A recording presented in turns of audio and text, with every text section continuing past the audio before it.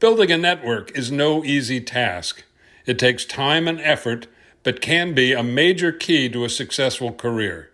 In this episode, we'll discuss how to build and maintain an effective network and why it is worth the effort. Hi, I'm Rick Kendall. And I'm Fred Ball. Welcome to Management Mastery.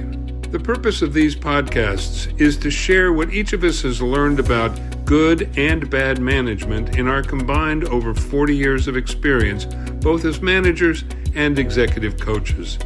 During that time, we've coached managers at every level in companies from Fortune 100s to brand new startups in all major businesses, including nonprofits, government, and education.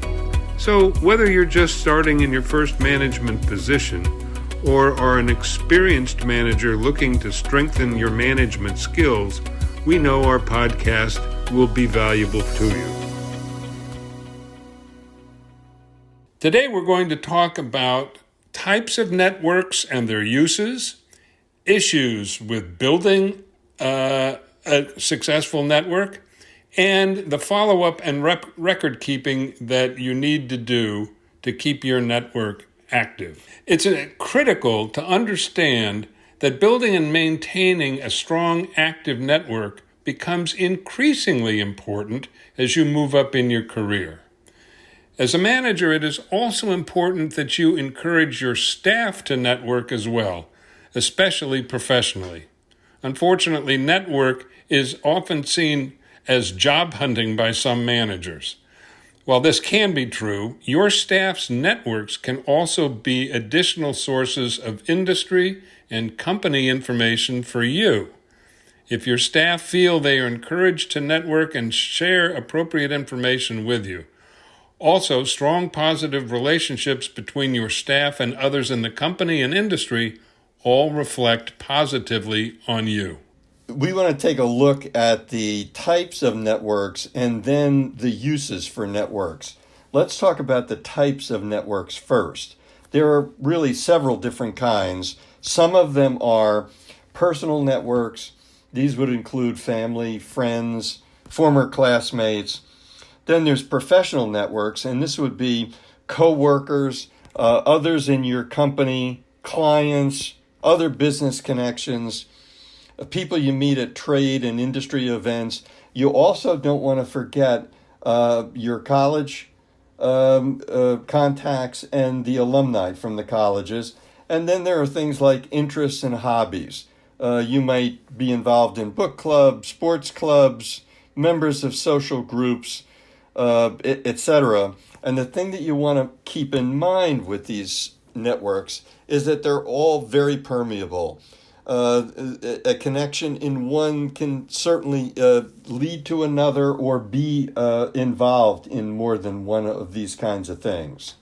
And networks have a number of uses. For example, they can be a source of what we've called private information, and that's as opposed to just public information that anybody can get.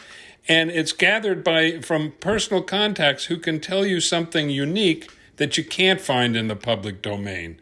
Information about your company, about what, this is company rumors, who's talking about what, those sorts of things. It also, good networking will give you access to a diverse array of skill sets. Things have become much more complicated and integrated. Things like organizational issues, product and marketing issues, they've all become more interdisciplinary.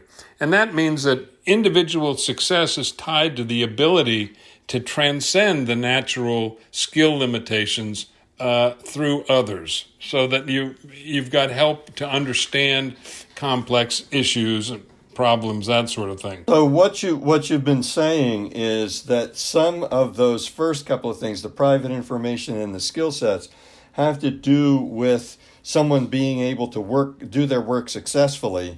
In the private information, you were also talking about strategic a little bit, which is what's going on inside your company, inside the industry. You can get that information through peers and other division, your industry friends, and so forth. And then you also want to keep in mind your career development, which is your personal and professional kinds of development. And there you're going to get help from people like mentors, alumni from the college that you went to, professors perhaps, and so forth. Right, and that leads us to another group that is the so-called power brokers or influencers. And they're especially important because they connect separate clusters. These are the people who seem to know everybody. And thus they stimulate collaboration amongst otherwise independent specialists.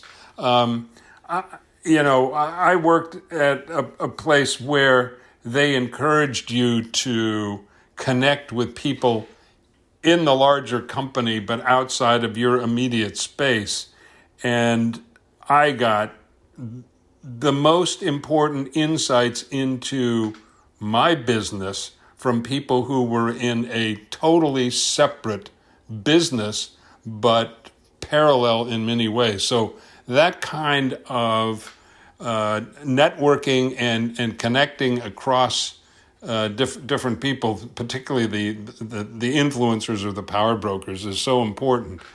Networking also can help you, just in your personal life, connects you to, new clubs or interest groups, that sort of thing. And it can give you good perspectives on the work you're doing that you hadn't thought of before, and other ways of looking at things, all of which can just help you in your career and help you as a manager. Rick, I think that's absolutely true. The thing with the power brokers in the coaching that I do, many times it is someone who gets an important piece of information or learns something about their own division from dealing with the power broker. Right, and just the cross-fertilization across. I remember an executive in one company telling me about a mistake that costs a separate company in the conglomerate several $1 million. And this person I was talking to said, if they just talked to me, I could have told them ahead of time why it wasn't going to work. And that was not just bravado, it was true. He had insight into the business they were trying to go in from the potential user's point of view that would have said, this thing you're about to do will never work because the people you want to sell it to will never buy it because it's counter to their business model. And they didn't talk to him, and they lost millions of dollars because of that. Yeah, that's helpful. Then there are issues in building and maintaining a network that we want to take a look at, that you want to just be careful about when you're building the network. The first is self-similarity. If you only connect with others like yourself, then it's going to be very comfortable. It's going to be easy to connect with them, but you are limiting yourself to being in a silo with that other person. Whereas, just as Rick was saying, if you make it broader, then you've got a much greater chance to learn. Second thing you need to remember is that building a network, it is critical that you offer assistance when you are dealing with someone in the network. It's not just a matter of sharing information, but it's what can I do to help you? And then a third issue that can come up is called the shared activities principle. And that's basically the idea there is that you forge stronger relationships, camaraderie, not through casual interactions, but through relatively high stakes activities. When you're working on a project with a peer, with someone, or with a group, so that the group needs to work together, and you need to share, and you need to have different people become leaders at various times, that provokes passion in participants. It necessitates interdependence, because things are at stake many times that are important to your boss. And people will act spontaneously, and they'll give themselves. And what happens is that in that giving, you can express gratitude to someone. You can sincerely tell them that you thought that they did a great job, and it has a much greater chance of building trust. So that idea of working on a high stake activity is really an important one. Well, I think, yeah, just to amplify or reinforce the idea of the importance of trust in networking. I mean, it makes a difference between whether you're listening to the person and taking everything they say seriously, or just kind of discounting it and missing the importance of what they're telling you. I mean, trust is so important in a network. Many times in the coaching act, you get into exactly where the manager is having an issue in a high stakes activity, and that's where both Rick in his work and my work, we will then spend an inordinate amount of time on one issue, which involves so many pieces. This truly is an important thing to keep in mind. Right. And the other part of networking is it's not easy, and it takes a lot of time. And this is another place where your mindset is important. That is, there can be a common viewpoint that networking is just sort of, a nice to know kind of thing. And our point here is no, it's not. It's critical to your career advancement.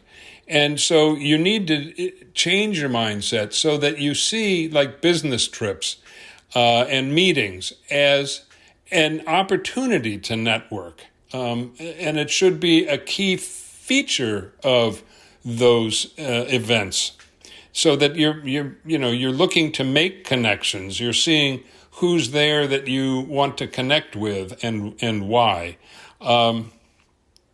And the second important thing about networking is follow-up. That, once you've met somebody and had a meaningful conversation with them, you want to reinforce that connection by following up, by getting back to them. If there was an issue or a question they had that you couldn't answer or you said you would answer, you want to do that. Even if there wasn't a quote-unquote reason to follow up, you want to get back and say, it was great meeting you, I enjoyed our conversation, I look forward to keeping in touch, etc. And that's something that we often let slip. The other concept is to work from the outside in. That is, as Fred was talking about, you don't want to silo yourself.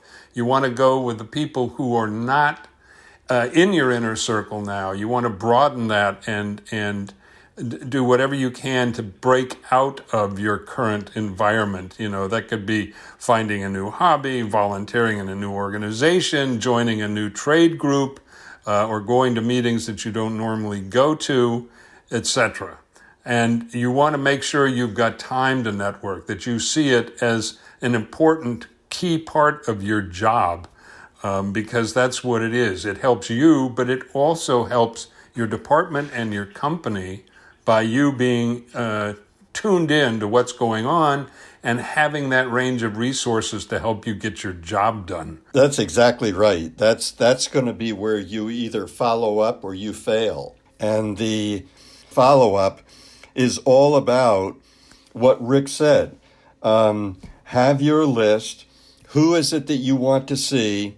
Just conducting the networking meetings put you above 95% of your peers. You want to make sure that when you've had a meeting, you give yourself some period of time, 12 to 24 hours after you have met someone, to follow up, which is normally in these days in an email kind of thing. Express your gratitude for the meeting. Include something personal that you discussed. Reaffirm any commitments that are made. You want it brief and to the point, but you also want to make sure, so that's a thank you note that you can send to the person that you actually met. But then you should also send a thank you note to the person who helped you to set that meeting up. And once in a while, just as something different, you might try a handwritten thank you note, and I can't tell you what remarks that brings sometimes when someone actually takes the time to do that. The follow-up also helps you to remember people's names, and then the record keeping is really critical. Who did I meet? Who was the person who introduced me to this person? What am I supposed to do in order to follow up? And when is that follow-up supposed to happen? And that's the part where, as Rick was saying, look, this takes time, it takes effort, and you have to really remain focused on it, but it's absolutely critical to your career. And I think just on the record keeping, Fred, the other thing you want to do is follow up periodically, not just once right after the meeting, but from time to time. And this will vary by the nature of the networking connection. You just want to reestablish or reinforce that connection with that individual. Maybe it's one thing I find is very useful is getting information on their birthday. When's their birthday? And you just put it in your calendar. And so at least once a year, you send them an email and you say, oh, happy birthday. And you'd be surprised how often people will respond to that so positively that you actually thought enough to send them an email on their birthday. So, but following up periodically so the connection doesn't just float away, as it were. No question. It's the follow-up that remains absolutely critical. So today we've been talking about a couple of things, all of which that have to do with building a network, the types of networks and their uses, the issues with building a network, and the follow-up and record keeping. We hope you have found this podcast useful and will come back again for more management mastery. If you have any comments about this or any of our episodes, or would like to find out more about our other services, including one-on-one coaching and group seminars for managers, visit our website at careercoachclass.com. Thanks for listening.